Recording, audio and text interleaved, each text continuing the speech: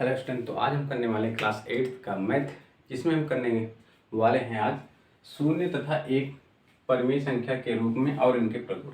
शून्य और एक क्या परिमेय संख्या है और उनके प्रगुण क्या क्या है, इन चीज़ों को हम इस वीडियो में पढ़ने वाले हैं।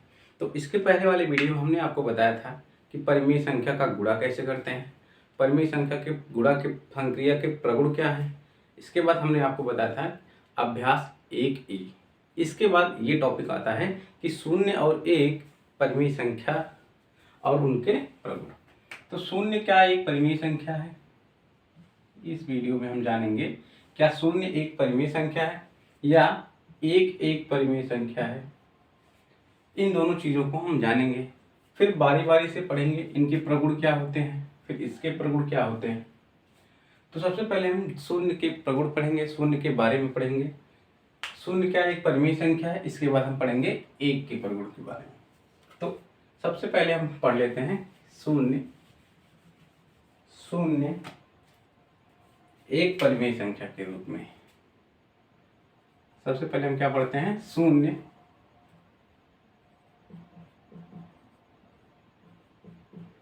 एक परिमेय संख्या के रूप में। परिमेय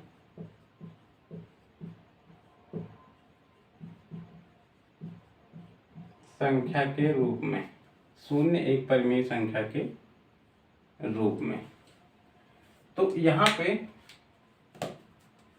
हम जानते हैं कि जो सभी पूर्णांक होते हैं, पूर्णांक संख्या आपने जाना कि पूर्णांक संख्या क्या होती है, जैसे -2, -1, 0, +1, +2, +3। तो इस प्रकार की जो संख्याएं होती हैं वो क्या होती हैं, हमारी पूर्णांक संख्या होती है। और हम ये जानते हैं कि पूर्णांक संख्याएं जो होती हैं, पूर्णांक संख्याएं जो होती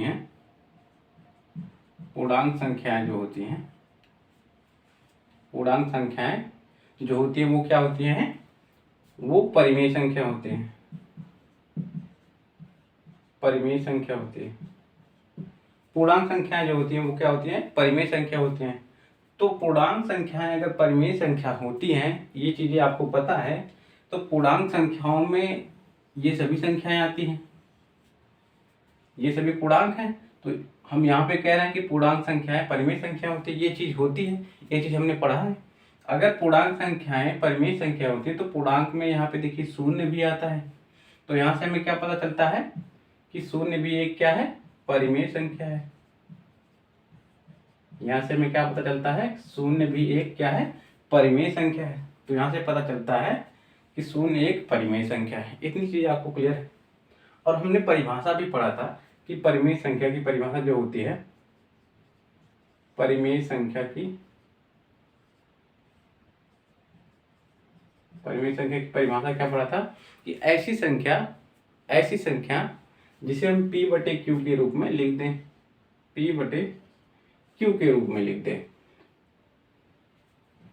और यहाँ पे p और q हमारा क्या हो, एक पूर्णांक हो। और एक कंडीशन और थी, क्या थी, q हमारा क्या होना चाहिए, q हमारा 0 के बराबर नहीं होना चाहिए। तो हमने परिमेय संख्या के बारे में पढ़ा कि परिमेय संख्या ऐसी संख्या होती है जिसे हम p/q के रूप में लिख सकते हैं, जहाँ पे हमारा p और q क्या होता है, एक पूर्णांक होता है। कंडीशन क्या होती है यहाँ पे, q हमारा जो हर होता है वो 0 नहीं होना चाहिए बस। लेकिन यहाँ पे हमारा अंश क्या हो, 0 हो सकता है, क्योंकि यहाँ पे बोला है तो p भी एक पूर्णांक है, q भी एक पूर्णांक है। q एक पूर्णांक है जिसमें 0 नहीं है, यहाँ पे लिखा है। लेकिन p के बारे में नहीं लिखा है कि p हमारा 0 नहीं होना चाहिए, ये नहीं लिखा है। p हमारा क्या हो सकता है, p हमारा 0 हो सकता है।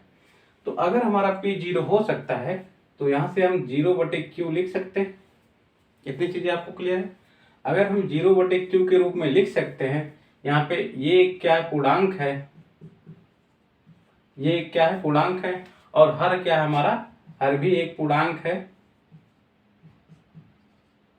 और क्या है, 0 के बराबर नहीं है।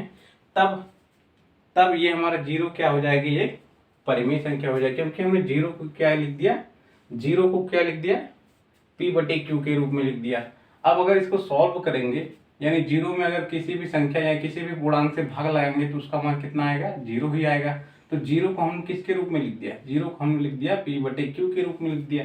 तो अगर पी बटे क्यू के रूप में लिख दिया जीरो को हमने, तो ये क्या हो गया, हमारा परिमेय संख्या हो गया। ये चीज आपको क्लियर है? तो मुझे लगता है आपको ये कंप्लीट हो गया होगा, यानी ये समझ में आ गया होगा कि जीरो कैसे एक परिमेय संख्या है। तो इसको हम लिख लेते हैं, इसको हम लिख लेते हैं। तो यहाँ पे इसको हम लिख लेते हैं। तो इसको लिखेंगे कैसे कि हम जानते हैं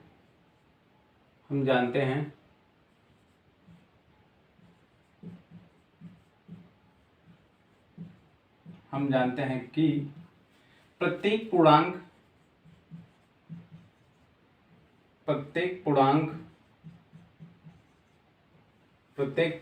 एक परिमेय संख्या होती है, एक परिमेय संख्या होती है।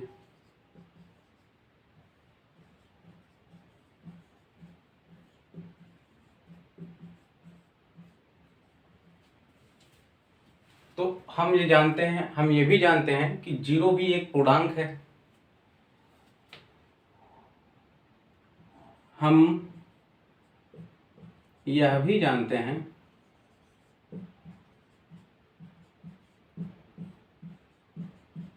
कि शून्य एक पूर्णांक है, शून्य एक पूर्णांक है। अतः शून्य एक परिमेय संख्या है, शून्य एक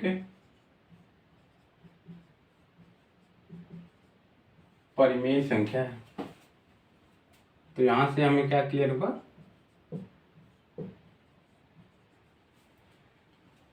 शून्य एक परिमेय संख्या है। तो इसको हम कैसे लिखेंगे, जैसे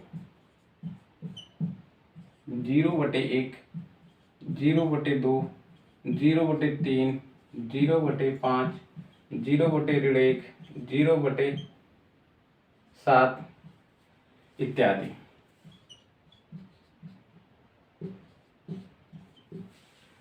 तो ये हो गई शून्य एक परिमेय संख्या के रूप में। तो ये चीजें आपको क्लियर हो गई होंगी। तो यहाँ से हमने इसको पहले बताया कि हम जानते हैं कि प्रत्येक पूर्णांक एक क्या होती है, परिमेय संख्या होती है।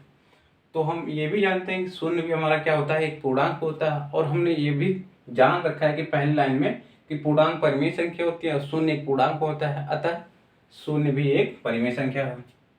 तो शून्य एक परिमेय संख्या है, तो 0/1 लिख सकते हैं, 0/2 लिख सकते हैं, 0/3 लिख सकते हैं, 0/5, इसी तरह से 0/1000, 0/1,00,000, बशर्ते 0/0 नहीं लिख सकते, 0/0 नहीं लिख सकते हैं। क्योंकि हम जानते हैं अगर हम शून्य को अगर हम परिमेय संख्या लिख रहे हैं, परिमेय संख्या अगर लिख रहे हैं, तो शून्य एक परिमेय संख्या अगर लिख रहे हैं, तो परिमेय संख्या क्या कहती है हमारी, हर उसका क्या होना चाहिए, जीरो नहीं होना चाहिए, हर उसका जीरो नहीं होना चाहिए। जो क्यू होता है हमारा वो जीरो नहीं होना चाहिए, पी जीरो हो सकता है। तो पी को हम जीरो कर देते हैं।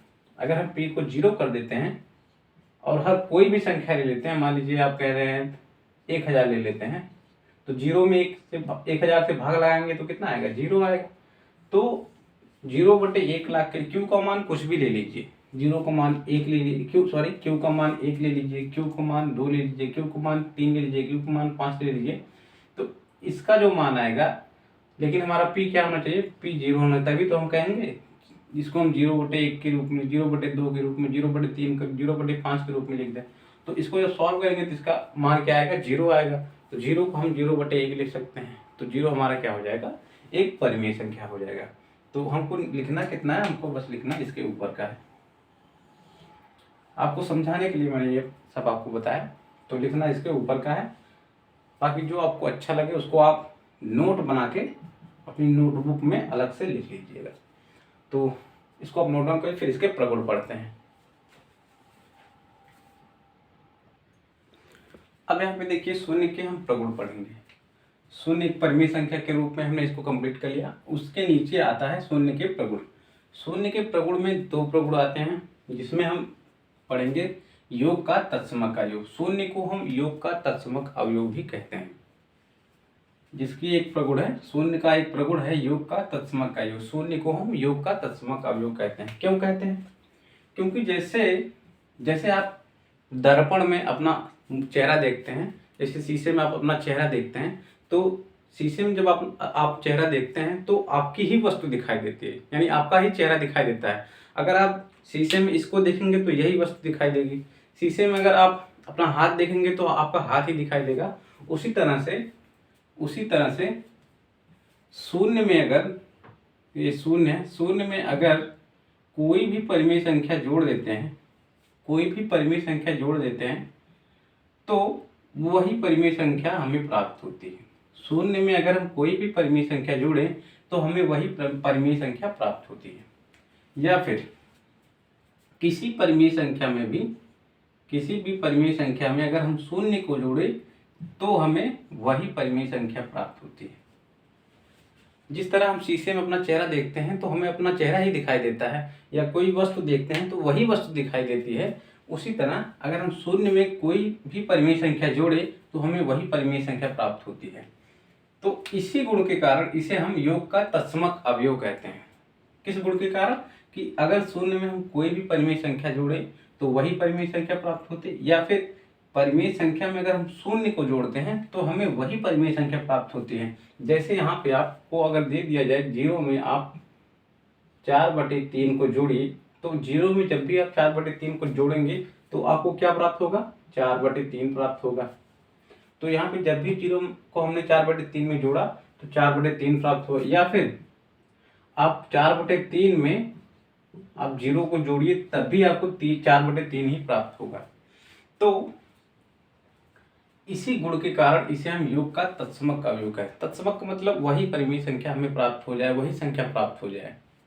कि ऐसी संख्या में हम ऐसी संख्या जोड़ दें, ऐसी कोई संख्या जोड़ दें कि वही संख्या हमें प्राप्त हो जाए। तत्समक का मतलब ये होता है।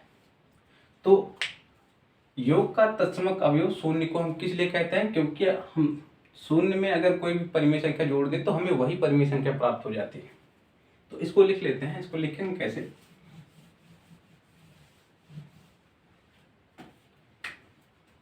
यदि कोई परिमेय संख्या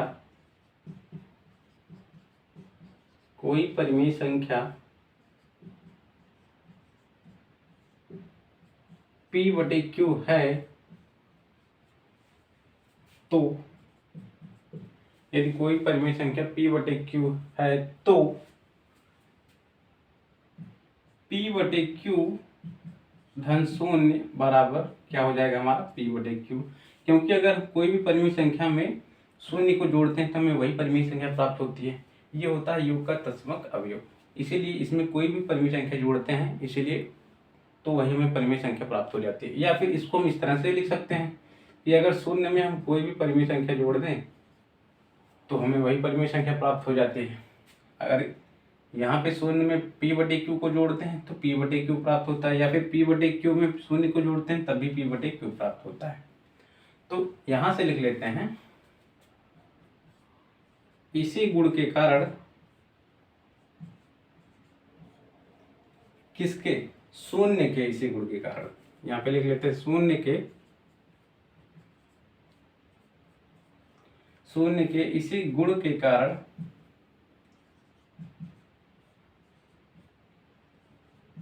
हम शून्य को योग का तत्समक अवयव कहते हैं।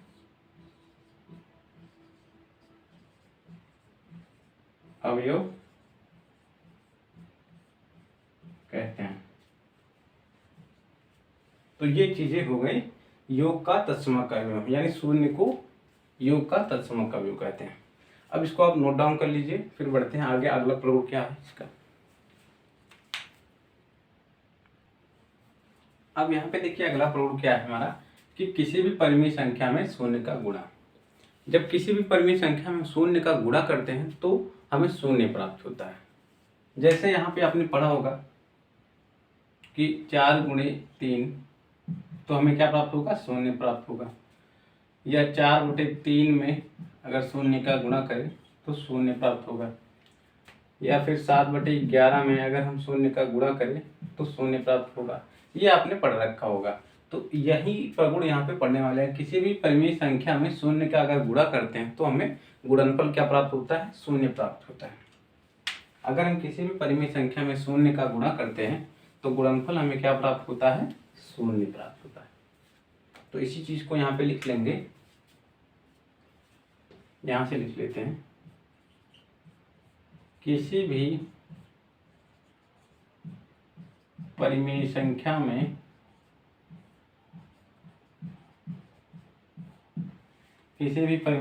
में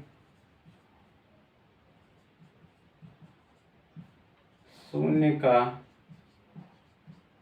गुणा करने पर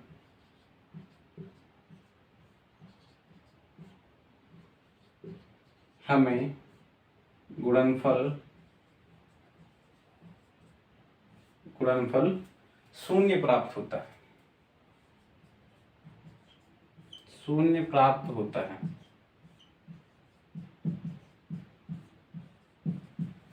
किसी भी परिमेय संख्या में शून्य का गुणा करने पर गुणनफल शून्य प्राप्त होता है। यहां से लिख लेते हैं, माना एक परिमेय संख्या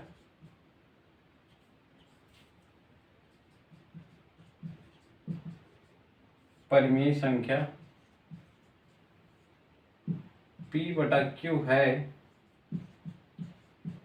तो P/Q में अगर हम शून्य का गुणा कर देते हैं तो कितना प्राप्त होगा? शून्य प्राप्त होगा। P/Q में अगर शून्य का गुणा कर देंगे तो क्या प्राप्त होगा? शून्य प्राप्त होगा। P/Q मतलब कोई भी परिमेय संख्या हो सकती है। P/Q मतलब कोई भी परिमेय संख्या। जैसे P/Q की जगह हम कोई परिमेय संख्या ले लेते हैं, यहाँ पे जैसे 1/3 ले लेते हैं। अगर इसमें शून्य का गुणा करेंगे, यहाँ पे लिख लीजिएगा उदाहरण, तो शून्य प्राप्त होगा। इसको 1 डालिए, इसको 2 डाल लीजिए। यहाँ पे 22/7 ले लेते हैं, इसमें अगर शून्य का गुणा करते हैं तो ये भी शून्य होगा। यहाँ पे अगर तीसरा उदाहरण ले लेते हैं 77/13, इसमें अगर शून्य का गुणा करते हैं तो ये भी शून्य प्राप्त होगा। तो उदाहरण में आप इन तीनों को नोट डाउन कर लीजिएगा कि अगर कोई भी परिमेय संख्या हो, अगर उसमें शून्य का गुणा करते हैं तो गुणनफल हमें शून्य प्राप्त होता है। तो ये हो गया हमारा दूसरा प्रगुण। तो शून्य एक परिमेय संख्या के रूप में, इसमें हमने आपको क्या बताया? शून्य के प्रगुण, शून्य के कौन कौन से प्रगुण होते हैं? शून्य का तत्समक अवयव, यानी शून्य एक योग का तत्समक अवयव होता है। अगर शून्य में हम किसी भी परिमेय संख्या का गुणा करते हैं तो गुणनफल हमें शून्य प्राप्त होता है। तो ये दो चीजें हमने आपको यहाँ पे कंप्लीट करवा दिया। अब इसके बाद पढ़ेंगे हम एक परिमेय संख्या के रूप में एक के प्रगुण पढ़ेंगे। तो इसको आप नोट डाउन कर लीजिए, फिर हम पढ़ेंगे एक के प्रगुण और एक परिमेय संख्या के रूप में आपको कैसा दिखाई देता है। तो इसको आप नोट डाउन कर लीजिए। अब देखिए यहाँ पे पढ़ने वाले हैं हम क्या? एक परिमेय संख्या के रूप में। एक परिमेय संख्या के रूप में आपको कैसा दिखाई देगा, ये चीजें हम यहाँ पे पढ़ने वाले हैं। तो एक जो होता है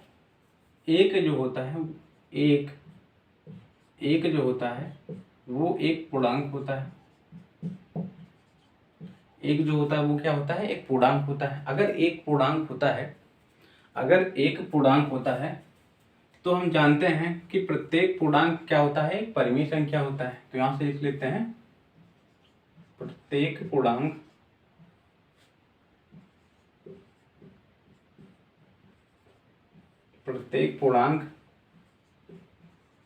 एक परिमेय संख्या होती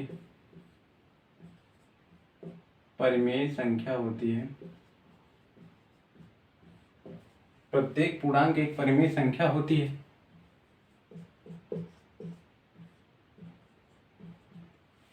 तो हम जानते हैं एक हमारा क्या होता है? एक पूर्णांक होता है। और हम जानते हैं, यहां से लिख लेंगे, और हम जानते हैं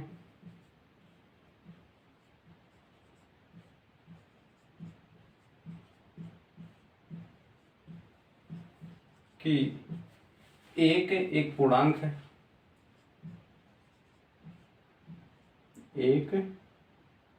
एक पूर्णांक है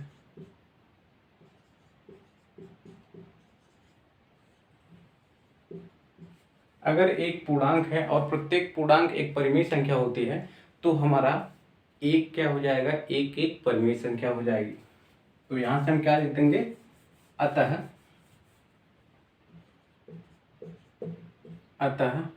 एक एक परिमेय संख्या है।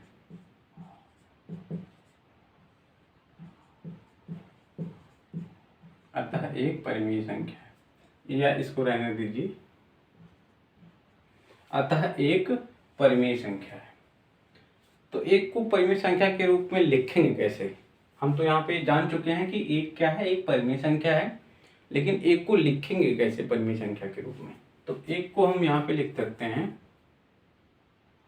यहाँ से एक को हम लिख सकते हैं एक बराबर एक बटे एक, क्योंकि एक में अगर हम एक का भाग लगाते हैं तो कितना आता है, एक में अगर एक का भाग लगाएंगे तो एक का एक, यानी एक आएगा। तो एक को हम एक बटे एक लिख सकते हैं।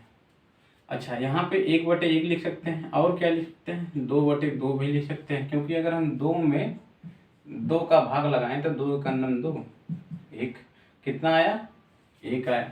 तो एक को हम दो बटे दो भी लिख सकते हैं। अच्छा, यहाँ पे एक को हम तीन बटे तीन भी लिख सकते हैं। क्यों? क्योंकि अगर हम तीन में अगर तीन से भाग लगाएंगे तो कितनी बार जाएगा, एक बार जाएगा। तीन में अगर तीन से भाग लगाएंगे तो कितनी बार जाएगा, एक बार जाएगा। तो यहाँ से तीन का नम तीन, और यहाँ पे आ जाएगा जीरो। तो इसका मान भी कितना आ गया, एक हो गया। तो एक को हमने किस तरह से लिखा, परिमेय संख्या के रूप में यहाँ पे लिख दिया। तो इसी तरह हम क्या लिख सकते हैं, चार बटे चार भी हमारा क्या होता है, एक परिमेय संख्या होता है, जो कि एक का रूप है। यहाँ पे पाँच बटे पाँच, छः बटे छः, इसी तरह से एक को हम परिमेय संख्या के रूप में व्यक्त कर सकते हैं। अब यहाँ पे हम पढ़ने वाले हैं एक के प्रगुण कौन कौन से होते हैं, उसको जान लेते हैं। तो एक के प्रगुण, पहले आप इसको नोट डाउन कर लीजिए, फिर एक के प्रगुण के बारे में चर्चा करते हैं। तो नोट डाउन कर लीजिए आप लोग। अब देखिए, यहाँ पे हम पढ़ने वाले हैं गुणा का तत्समक अवयव, यानी जो एक के प्रगुण है, जो एक का प्रगुण है वो क्या है, एक को हम क्या कहते हैं, गुणा का तत्समक अवयव भी कहते हैं। कैसे कहते हैं, क्यों कहते हैं, वो जान लेते हैं। तो एक जो होता है वो गुणा का तत्समक अवयव होता है। क्यों? क्योंकि एक में अगर हम किसी भी परिमेय संख्या से गुणा करते हैं, एक मान के चलते हैं कोई परिमेय संख्या है, आप यहाँ पे कोई संख्या रख सकते हैं। जैसे कुछ बच्चों को प्रॉब्लम होती है तो यहाँ पे आप कोई परिमेय संख्या रखते थे, जैसे 1 गुणे 53 बटे 12 रख लीजिए। तो हम दोनों साइमल्टेनियस लेके चल रहे हैं। तो अगर एक में हम किसी भी परिमेय संख्या का गुणा करते हैं तो यहाँ पे ये परिमेय संख्या मान के चल रहे हैं और यहाँ पे ये परिमेय संख्या है। तो एक में अगर हम किसी भी परिमेय संख्या का गुणा करते हैं या फिर उस परिमेय संख्या में हम एक का गुणा करते हैं तो गुणनफल हमें क्या प्राप्त होता है, वही परिमेय संख्या प्राप्त होती है। गुणनफल हमें क्या प्राप्त होता है, वही परिमेय संख्या प्राप्त होती है। तो एक में हम किसी भी परिमेय संख्या से गुणा करें या फिर उस परिमेय संख्या में हम एक से गुणा करें तो गुणनफल हमें क्या प्राप्त होता है, वही परिमेय संख्या प्राप्त होती है। ये कुछ उसी तरह है जैसे हमने आपको शीशे का एग्जाम्पल दिया था कि अगर आप शीशे में देखते हैं अपना चेहरा, तो आपका चेहरा ही दिखाई देगा। अगर कोई वस्तु देखते हैं शीशे के सामने करके तो वही वस्तु दिखाई देगी।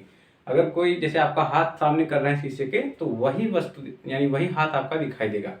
तो यहाँ से अगर एक में हम किसी भी संख्या का गुणा करते हैं या फिर उस संख्या में एक का गुणा कर देते हैं तो हमें वही संख्या प्राप्त होती है। हमें क्या होता है, वही संख्या प्राप्त होती है।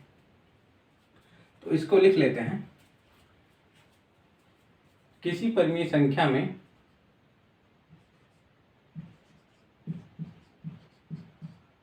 किसी परिमेय संख्या में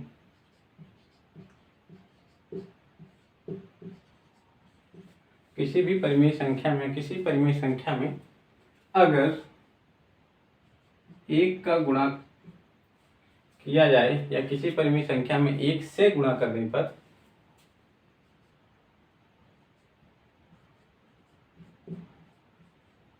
1 से गुणा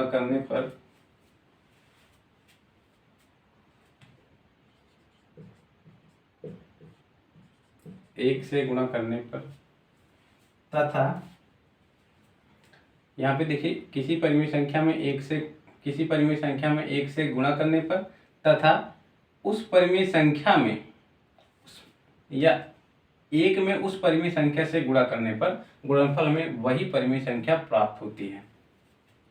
तो यहाँ पे चाहे जैसे आप लिख सकते हैं कि किसी परिमेय संख्या में 1 से गुणा करने पर तथा यहाँ पे क्या लिखा है हमने, किसी परिमेय संख्या में 1 से गुणा करने पर तथा उस परिमेय संख्या में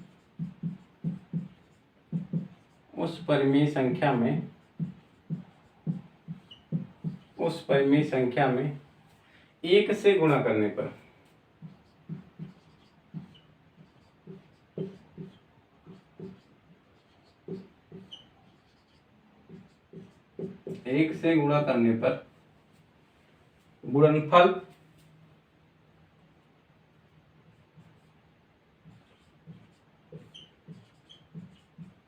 गुणनफल हमें वही परिमेय संख्या प्राप्त होती है।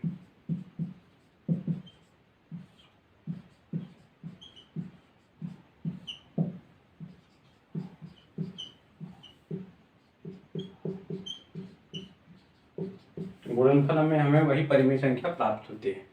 तो यहाँ पे हमने क्या लिखा, किसी परिमेय संख्या में 1 से गुणा करने पर तथा उस परिमेय संख्या में 1 से गुणा करने पर दोनों ही स्थितियों में क्या होता है, हमें वही परिमेय संख्या प्राप्त होती है। जैसे यहाँ पे हमने किसी परिमेय संख्या में यानी कोई परिमेय संख्या हमने ले लिया, उसमें क्या किया, 1 से गुणा किया तथा 1 में उस परिमेय संख्या से गुणा किया, तो दोनों ही स्थितियों में क्या होगा, हमें वही परिमेय संख्या जो यहाँ पे था दोनों ही स्थितियों में हमें वही परिमेय संख्या प्राप्त हुई। तो आप इसको इस तरह से लिख सकते हैं। कोई एग्जाम्पल यहाँ पे उदाहरण दे दीजिएगा, इसको यहाँ पे इसको उदाहरण दे दीजिएगा कि 1 गुणे 53/12 और 53/12 गुणे 1 बराबर 53/12। इसको आप इस तरह से लिख सकते हैं कि यदि P/Q कोई परिमेय संख्या है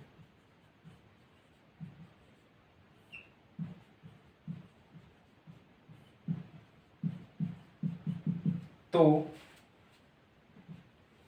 इसको हम क्या लिख सकते हैं, P/Q गुणे 1 या फिर 1 गुणे P/Q बराबर P/Q। यानी किसी भी परिमेय संख्या में 1 से गुणा करें या फिर 1 में उस परिमेय संख्या से गुणा कर दें तो हमें वही परिमेय संख्या प्राप्त होती है। ये चीज़ें आपको क्लियर है।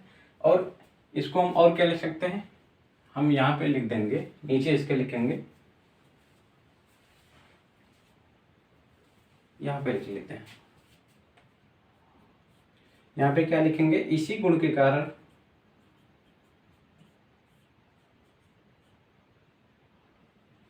एक के इसी गुण के कारण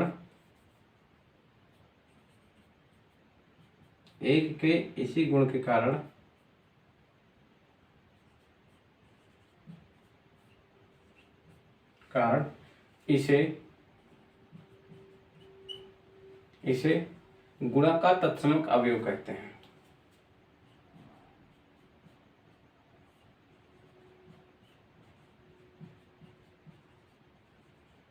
गुणा का तत्समक अवयव कहते हैं।